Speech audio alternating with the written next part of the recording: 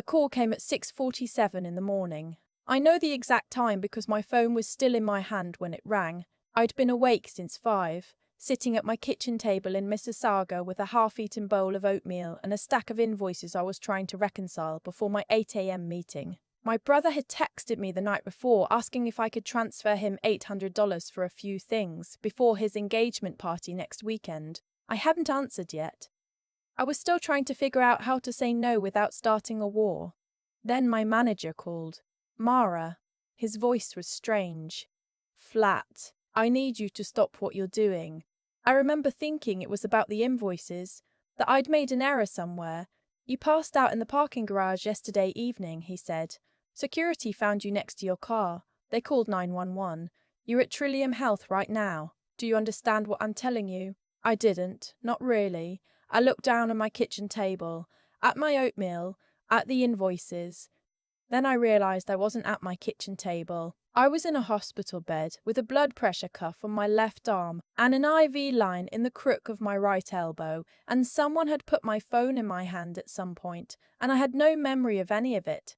My manager said the security footage showed me walking to my car, stopping, and just going down. No warning. Just gone. Your family's been called, he said. Take care of yourself, Mara. Okay, that's an order. He hung up. I stared at the ceiling tiles for a long time. A nurse came in around 7:30 and explained what had happened in real terms. Hypertensive crisis.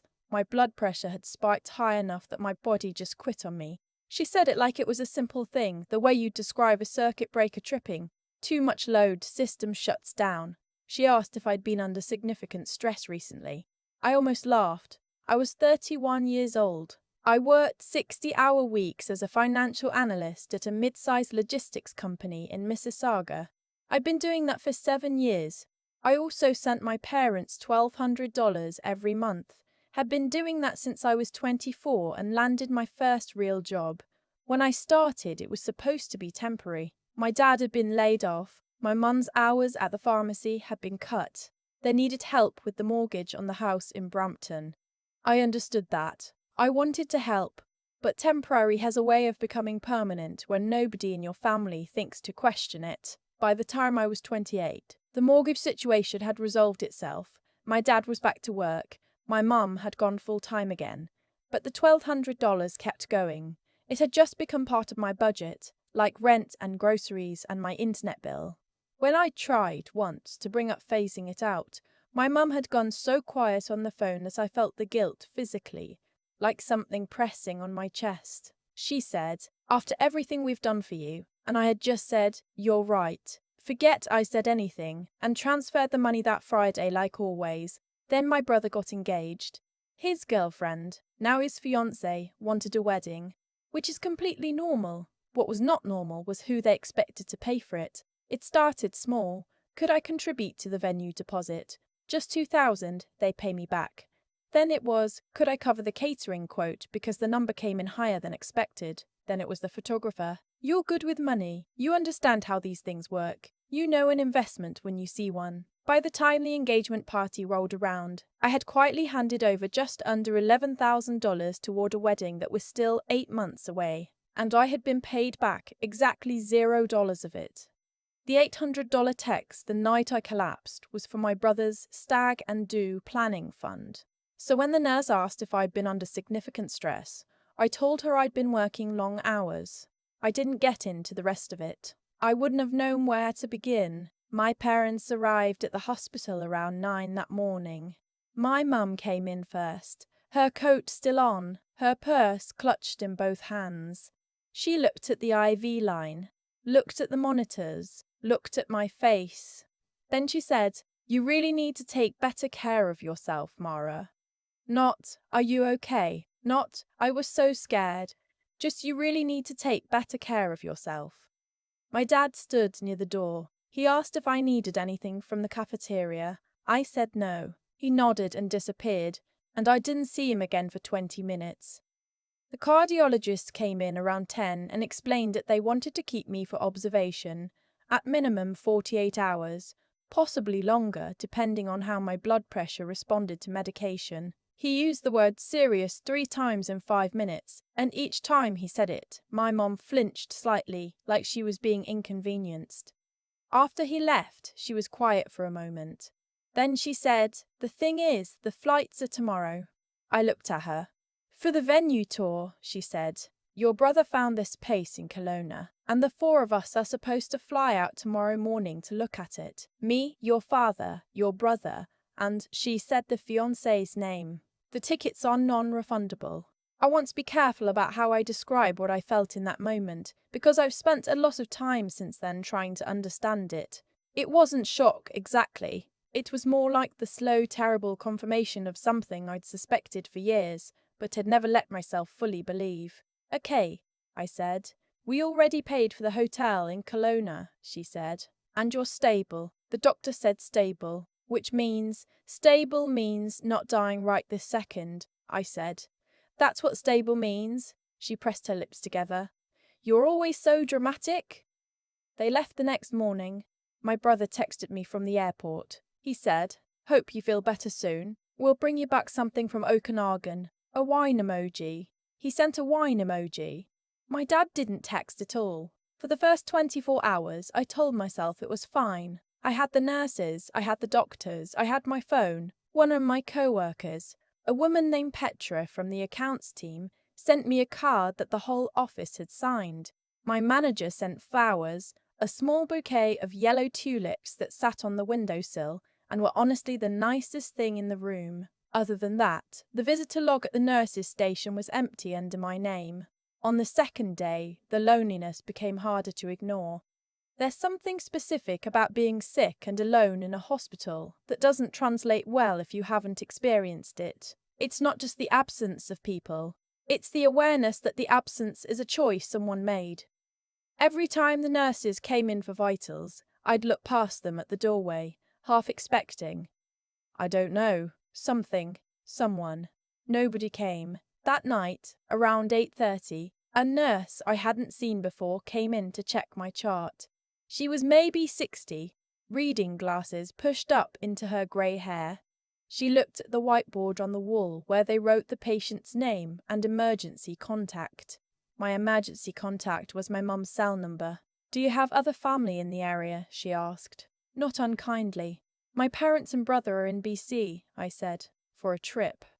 She nodded slowly. The way someone nods when they understand more than you've said. "There's been a visitor," she said after a moment. I thought she meant Petra. "Or maybe someone from the building management at my condo. He's been signing in at the desk every evening," she said. "He doesn't come into the rooms without permission. That's protocol. He just signs in. He's asked about your condition each time. He gave us a name and a number in case anything changed." I stared at her. "He said he's your uncle," she said. "A Robert." I did not have an uncle named Robert. My mum was an only child. My dad had one brother, my Uncle Gary, who lived in Red Deer and whom I saw at Christmas every 3 or 4 years. His name was not Robert. "Can I?" I started. "Can I see the log?" She brought it to me that night. A printed sheet, the kind they update daily. Patient name, date, visitor name, time in, time out, relationship. Robert Ashford. Every night for 3 nights, between 7 and 7:30 p.m. Relationship listed as uncle. I didn't know anyone named Robert Ashford. I asked the nurse to tell him, the next evening, that I'd like to speak with him. He came in around 7:15. He was maybe 65, with grey at his temples and my exact nose.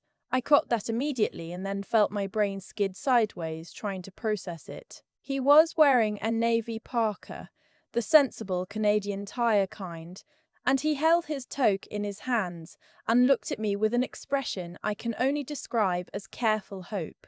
"You don't know who I am," he said. It wasn't a question. "No," I said. He sat down in the chair by the bed. He was quiet for a moment, turning the toque over in his hands. "Your mother and I were engaged," he said, "a long time ago, before she met your father, before she—" He stopped, started again. "She was pregnant when we ended things. She told me she lost the baby. I believed her. I had no reason not to. The room was very quiet. I found out the truth about 6 years ago, he said, from someone who'd known us both back then. It took me another 2 years to find you. I didn't want to disrupt your life. He seemed happy. You had your family, your career, I could see that. He looked at the window. I've been in Mississauga for 3 years. I live about 12 minutes from here. 12 minutes. When I saw on a community board that someone matching your description had been taken to Trillium by ambulance, he said, I had to come. I know I had no right, but I had to come. I looked at his hands, at his nose, on his face, at the careful, terrified way he was sitting. You've been here every night, I said. Yes. While my family was in Kelowna looking at wedding venues. A pause. I didn't know where they were. I just knew you were here alone. I've tried many times to describe what I felt in that moment. I don't think there's a clean word for it. It wasn't joy. It wasn't grief. It wasn't anger. It was something that encompassed all three and also something else, a kind of reckoning. The sense of a story you'd been telling yourself for 31 years, suddenly acquiring a chapter you hadn't known existed. I asked him to come back the next day. He said he would. He brought Tim Hortons.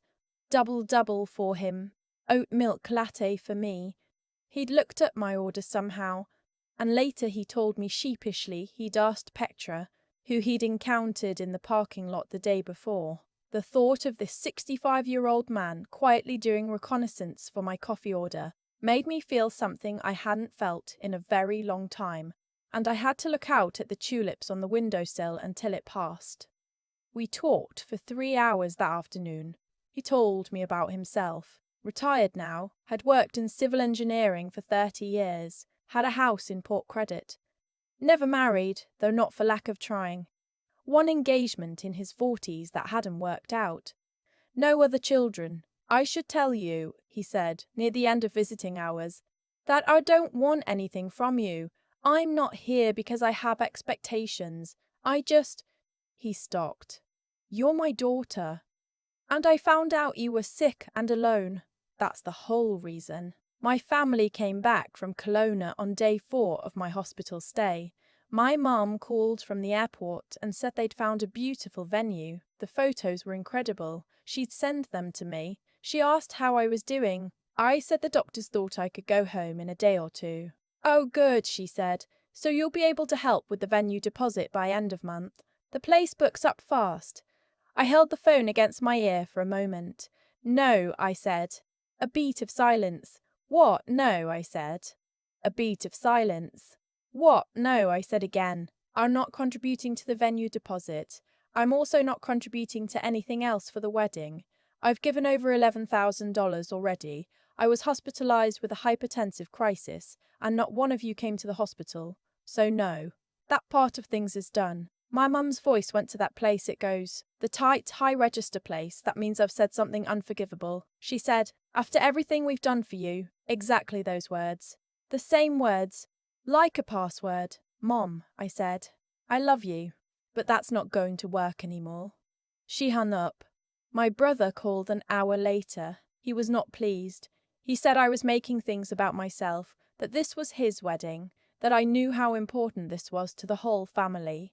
He said I'd promised to help and I couldn't just take that back. I didn't promise enter. I said. I was asked, and I said yes, because saying no in this family has always felt impossible. But I'm saying it now. You sound insane, he said. Then I sound insane, he said. Take care of yourself. My dad never called. Robert came on the 5th day, and the 6th. On the 7th, when the doctor finally cleared me for discharge, Robert drove me home. He waited in the hall while I changed back into my actual clothes, grey joggers and a Ryerson sweatshirt that felt like being wrapped in a memory of normalcy. And then he carried my bag down to the parking garage and got me settled in the passenger seat of his sensible Ford Escape. It was November. The drive from the hospital to my building takes 7 minutes, and neither of us said anything for most of it. The city looked the same as always.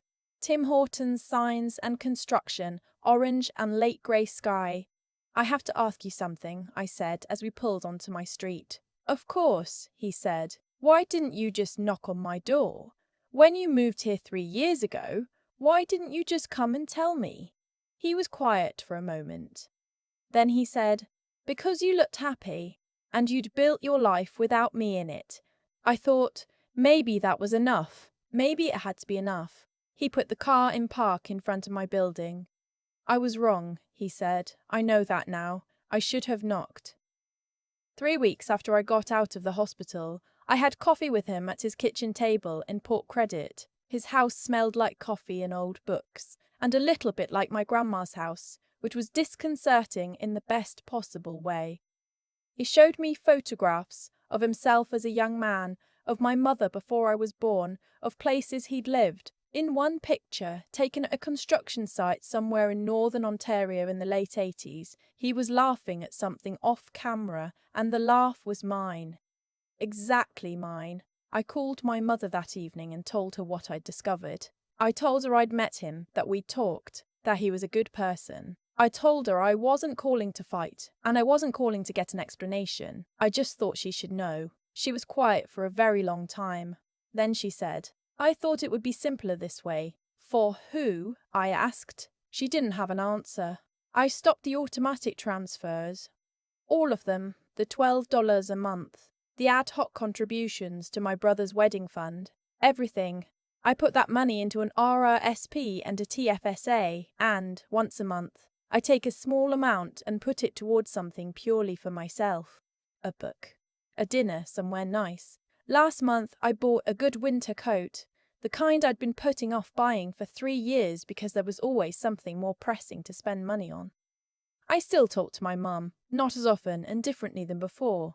There's a formality to it now, a careful politeness that I think is probably healthier than what we had before, even if it's sadder. I don't talk to my brother much. Maybe that will change. Maybe it won't.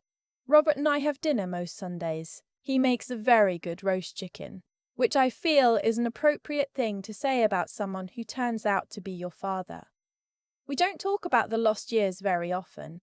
There's not much point. What I've come to understand is that some doors don't open early because they're not supposed to.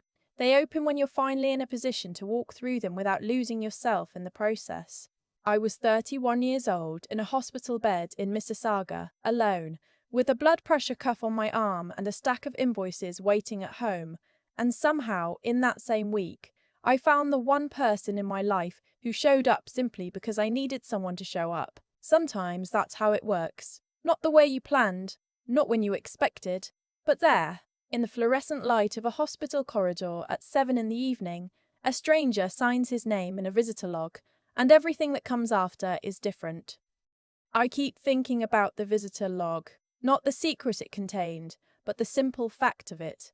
A sheet of paper, a printed grid, name, time in, time out, relationship, the most ordinary administrative object in the world, and it told me more about who loved me than 31 years of living with my own family had. I don't think life operates on punishment and reward the way we sometimes want it to. I don't think my mother suffered because she deserved to, or that Robert found me because the universe was settling a score. What I do believe is that the choices we make accumulate. They stack up quietly over years, invisible until something breaks the surface and you can suddenly see all of it at once. What was given, what was withheld, who stayed, who left.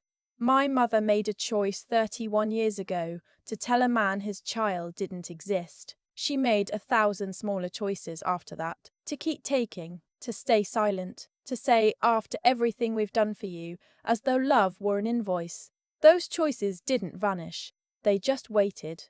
Robert made choices too. He could have knocked on my door 3 years ago and walked away when things got complicated.